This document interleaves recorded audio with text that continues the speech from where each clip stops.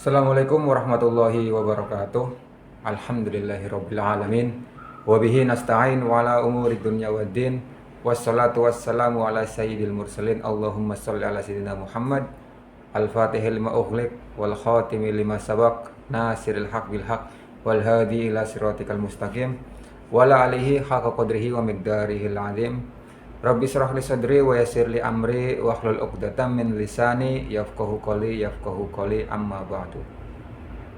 Apa kabar anak-anakku yang Pak Guru sayangi dan Pak Guru cintai dari kelas 1 sampai kelas 6? Masih semangat menjalani puasa?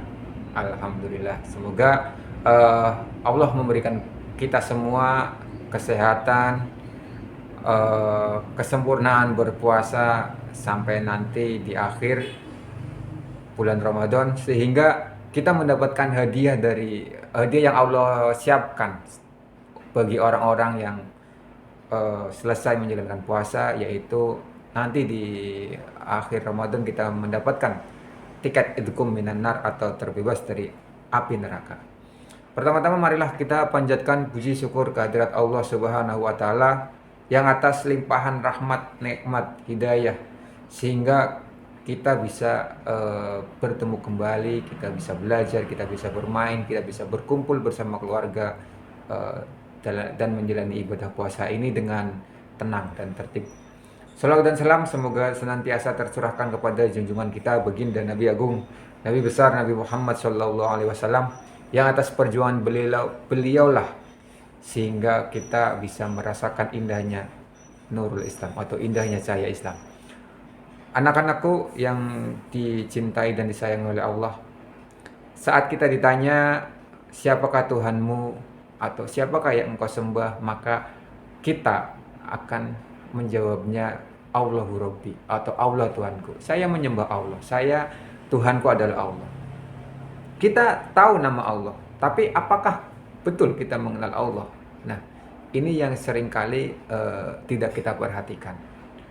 Kita tahu nama Allah, tapi kita nggak betul-betul mengenal siapa Allah.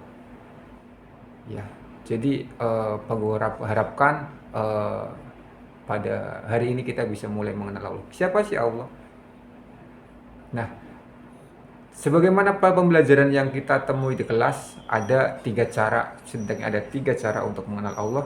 Yang pertama, kita bisa mengenal Allah lewat Al-Quran.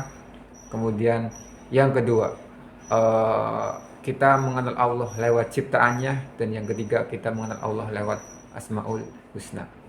Nah, yang pertama kita mengenal Allah itu lewat Al-Quran atau yang disebut dengan ayat-ayat qauliyah atau ayat-ayat yang diucapkan, ayat-ayat yang dibaca, yaitu apa? Al-Quran. Kita dalam Al-Quran dijelaskan qul huwallahu ahad, katakan bahwa Allah itu satu. Oh, Allah itu satu, Allah itu tunggal, Allahu samad, oh Allah itu yang maha dibutuhkan, dan yang lain sebagainya.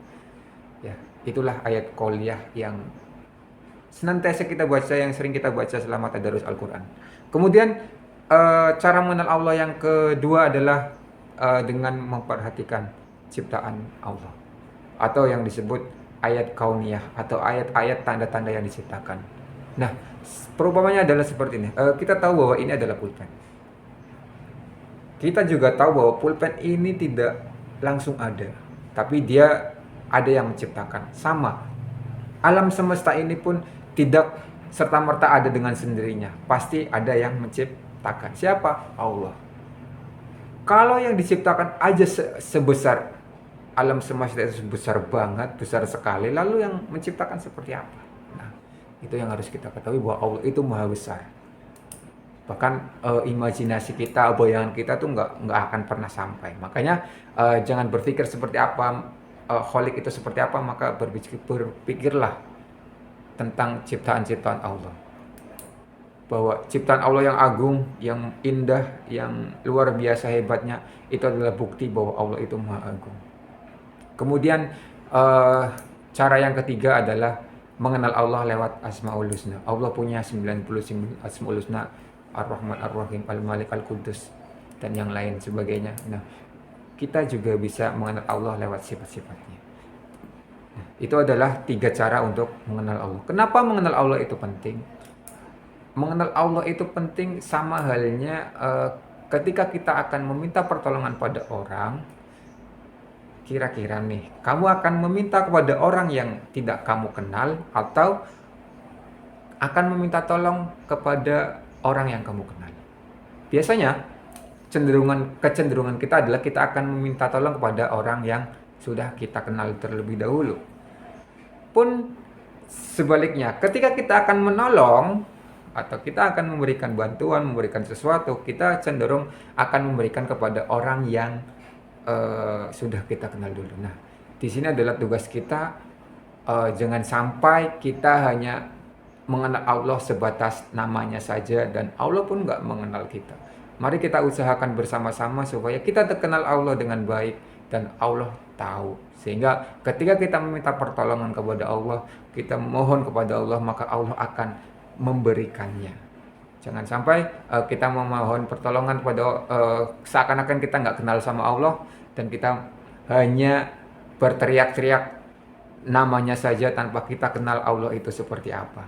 Demikian yang bisa Pak Guru sampaikan. Semoga bermanfaat. Akhirul kalam, billahi taufiq wal hidayah. Wassalamualaikum warahmatullahi wabarakatuh.